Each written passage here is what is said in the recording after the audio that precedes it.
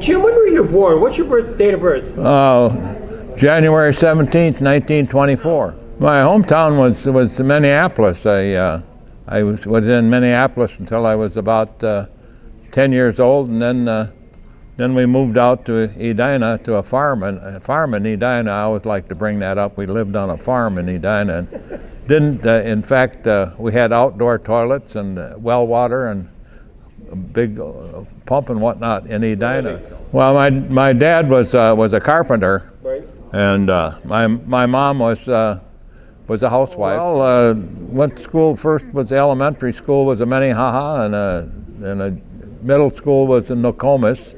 Both those schools are gone now, and they got senior housing at both those locations. Then I went to high school at Roosevelt High School. Yeah. So. And when did you graduate from high school? When? Yeah. It was in June of 1942, yeah. So you have a firm memory of December 7th, 1941? Oh, definitely. Yeah. December 7th, 1941, a date which will live in infamy. And, we were working at the airport at the gun club then that day, that morning when I heard about the Japanese bombing Pearl Harbor. Yeah, so I remember where I was. That was one of those things. Yeah. Do you remember the reaction of your parents? Were they concerned? It didn't seem to me. I don't remember that having a great reaction. I mean, my dad expressed a little more than my mother did. June of 1942 comes around, you graduate from high school, and then you get greetings. Right, yeah. They had like quotas at Fort Snelling. Everybody went to Fort Snelling, and they said, well, asked me, they said, what service do you want to go into? And at the time I decided I wanted to go in the Marines, and the guy told me, he says, sorry. He says, we got all the Marines we need today. He says, I'm putting you in the Army. I says, okay. So it ended up I was in the Army Air Corps at the time, yeah. Mm-hmm. And that's how I went to Lincoln, Nebraska, which was a Army Air Corps base at that time, yeah. I do remember that was, it was summertime, and it was hot and dirty. They had us crawling around in the dirt down there, and also, one other thing that I got kind of introduced to, as a kid, we never really went out and drank beer or anything, but they had a beer place where us kids could actually drink, I guess. Really? Yeah, I mean, you could go in and get a beer and whatnot. I don't know. I suppose they had some low alcohol beer for us or something. I remember, but they had a enlisted beer hall or whatnot, and they didn't check the age or anything like that. Of course, I was 18 by that time, so maybe I shouldn't figure that was too young. Now you're a grown man. You got a beer. Oh yeah, sure, yeah. No, I had a beer and yeah. So from Lincoln, Nebraska, then where did you go? I went, then I signed up for a cadet program while I was at Lincoln. They came around and they said, anybody want to sign up for a cadet program? And I said, sure, I'll sign up. And then they sent us to Hastings, Nebraska, which was a junior college there.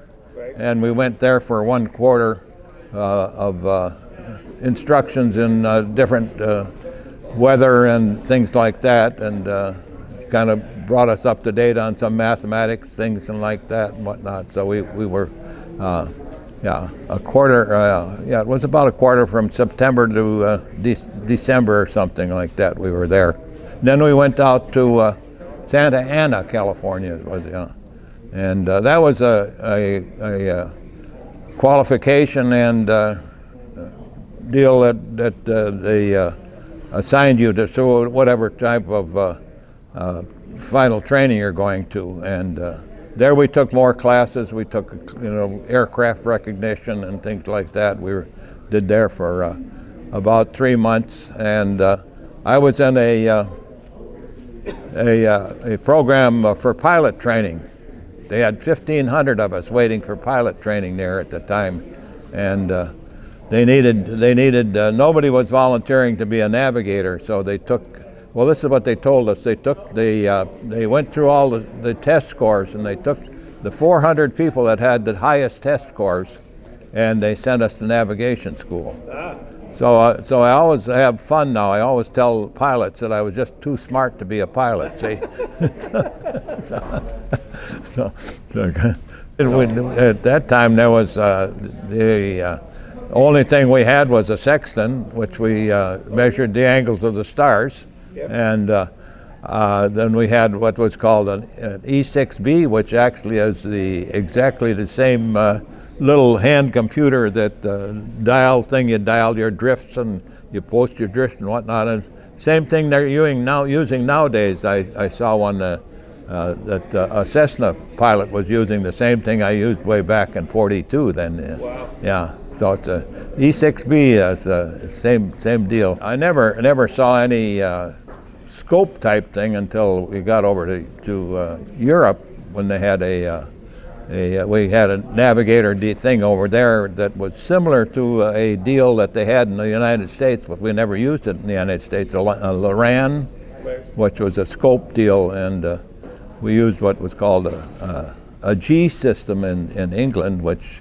was radio stations that would send a signal out, and it'd come back, and it would show a line on a tube, and then you could read off the tube and post it on a chart, and that would give you your current position and whatnot. So Go from there. then we went down to Hondo, Texas, which was the actual navigation school. Yeah, it was Hondo, Texas. Yeah, Got it. yeah, which was about 40 miles west of San Antonio. San Antonio.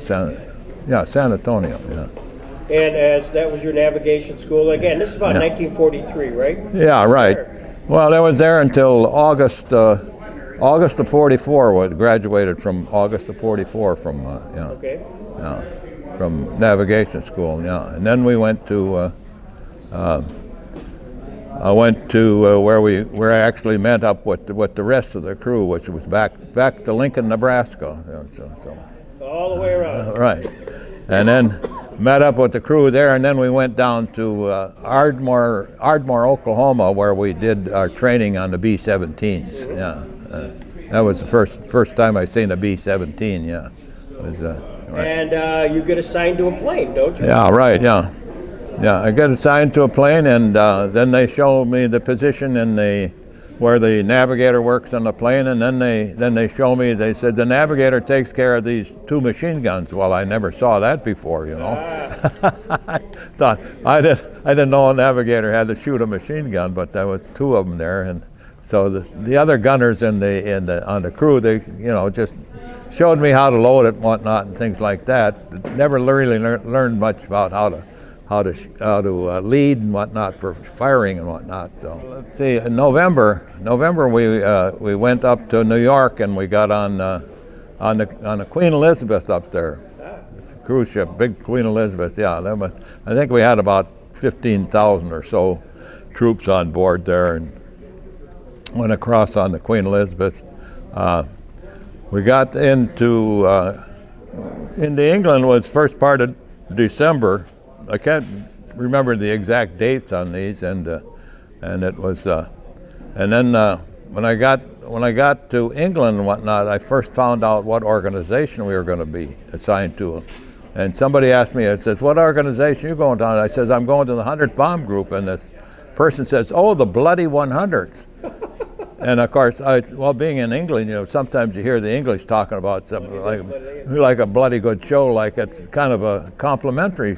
And I thought, well, that just means it's a great outfit or something, bloody 100. Well, and of course, and we got there about a few days before Christmas, and then right at Christmas time, they had a big raid there, and the 100th Bomb Group. I think we lost about 12 airplanes on the last day of the year there, and that kind of was really a reminder of just what they meant by the bloody 100th. And that was. Of course, that was really the last big loss that the 100th Bomb Group had, and it was, so it wasn't. And then you were assigned to the 349th? 349th Squadron, yeah. Mm-hmm. Yeah, and I see a picture here of your crew. Yeah, okay, all right, yeah. Crew. And a crew consisted of, I'm trying to think, at 3 second lieutenants, 1, 2, 3, 4, 5, 6 corporals. You were the navigator, James Rasmussen, Yeah, and the pilot was a guy named Robert Wilkes. yeah, right, yeah. So he's your crew chief. Yeah, no, he was he was yeah, he was the pilot. Right, Wilkes was the pilot. Yeah, Okay.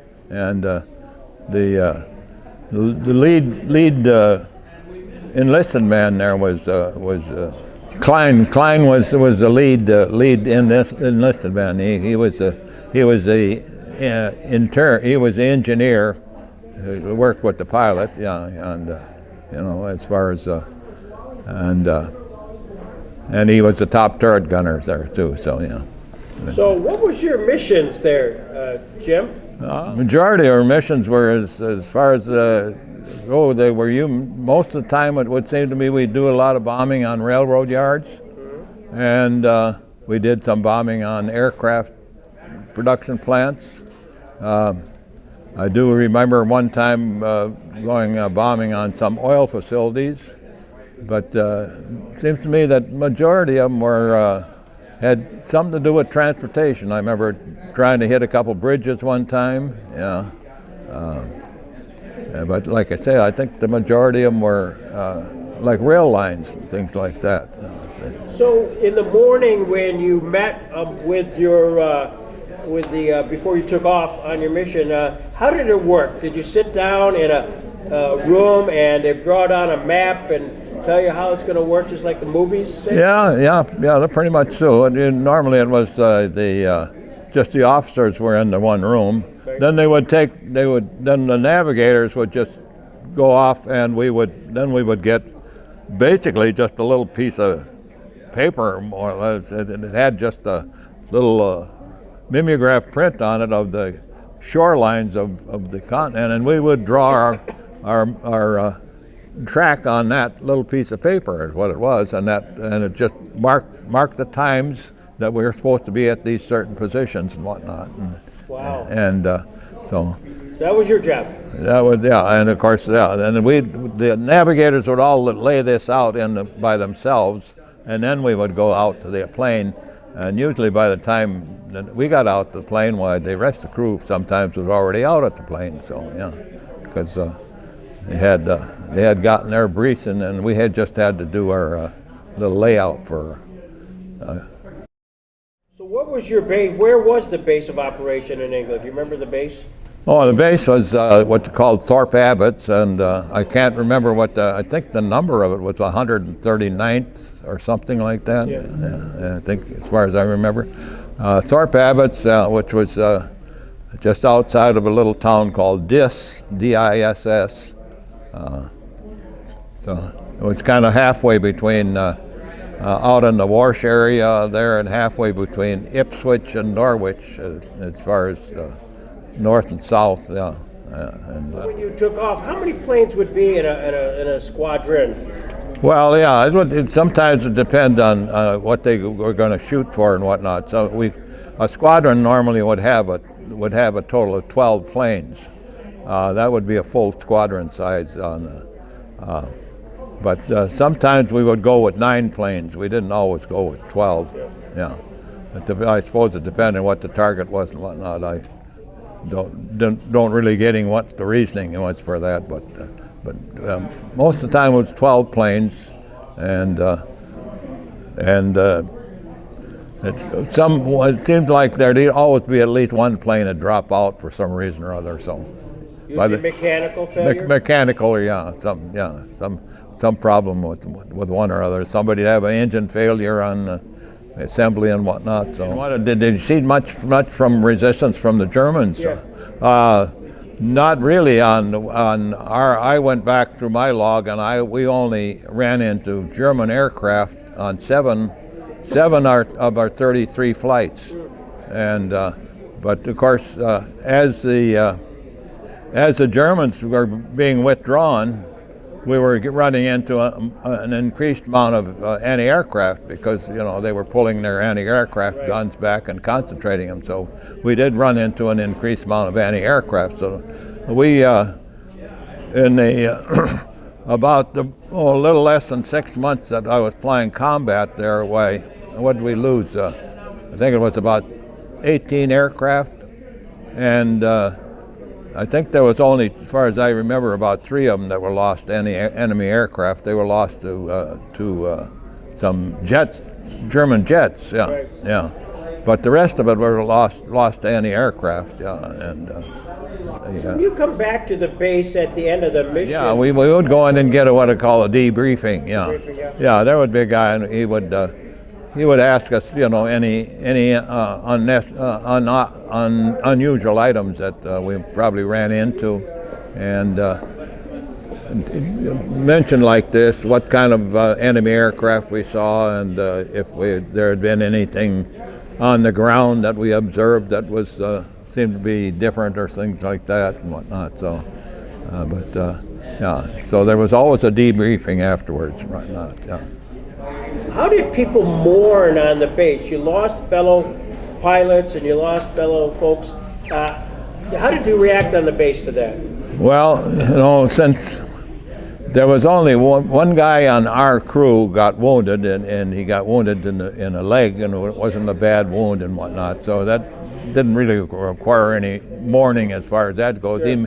He missed, I think, he missed one flight while he was getting his leg patched up, and but the rest of the time. But I know we missed in the barracks where we were at. Like the officers stayed in the barracks. The 3 of us on the crew that were officers were in one barracks, and then there was like 4 crews that stayed in that barracks, so we had about 12 officers in that one barracks.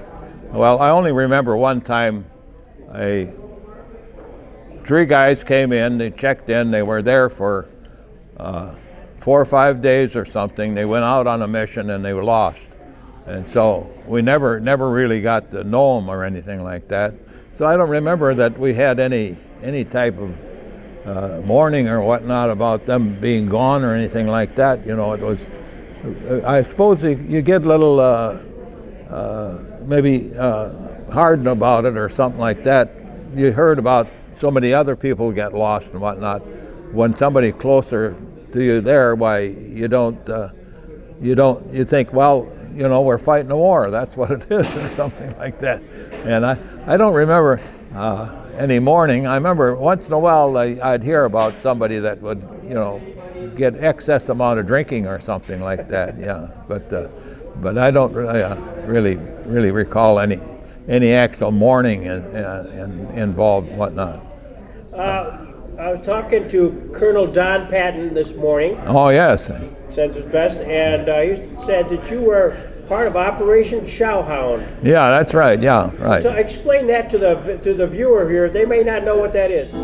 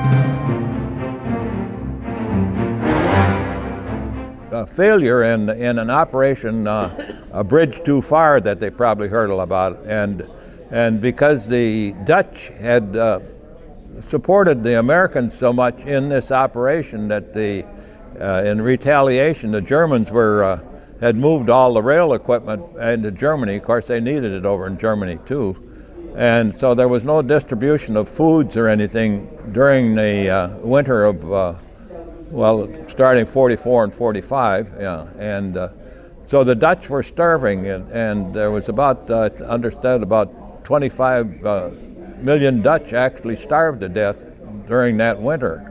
So in the springtime, they had finally got together and decided that the Dutch needed some food over there, and Eisenhower decided that we could drop food, although the British had also got involved too.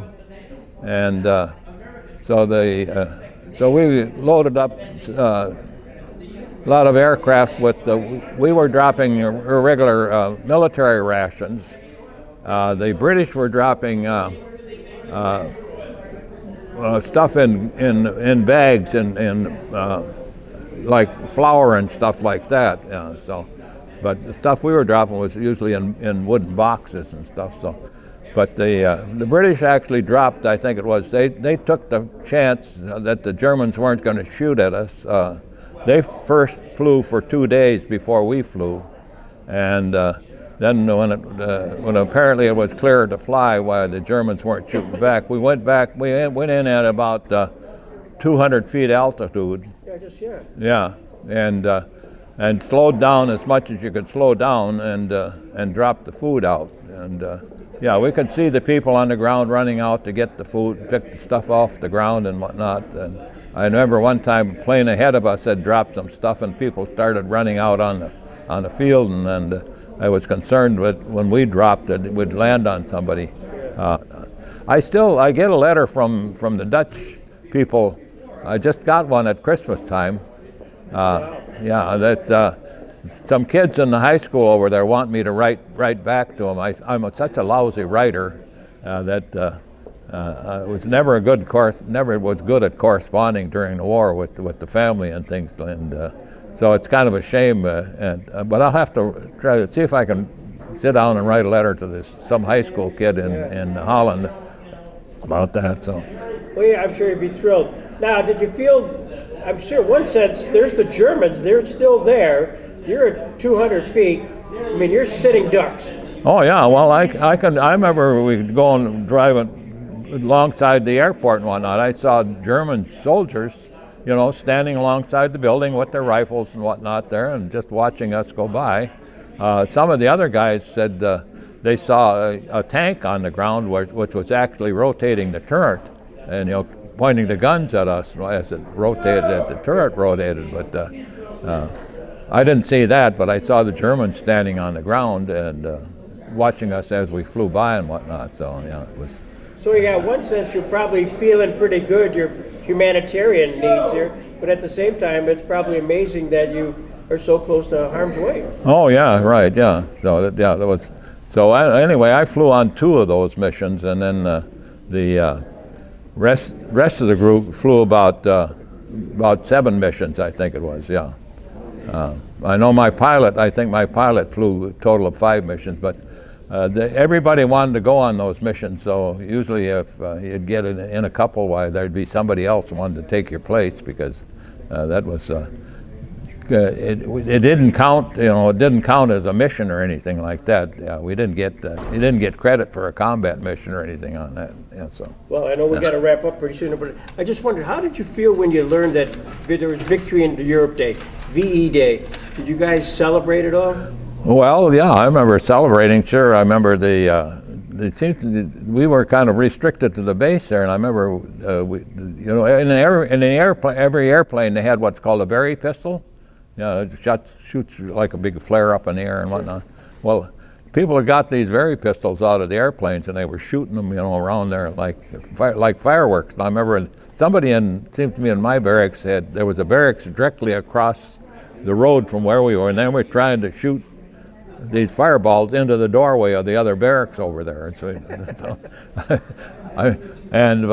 Outside of that, I don't remember much about celebrating for on the VE Day. Yeah, and of course when it became when the Japanese surrendered, why we were restricted to the base again, and I don't really remember much as far as celebrating. We had done that. We had during the interim there, we had been kind of speculating as to where we would be reassigned, since there was still war on in Japan. We figured that we were going to be sent over to the Orient, that we weren't going to be sent back to the States, and it wasn't until after Japan surrendered that we finally, I think it was in late September, before I finally got some kind of orders coming back to the States. Yeah. So. Well, I salute you, Jim, and I thank you very much for your service.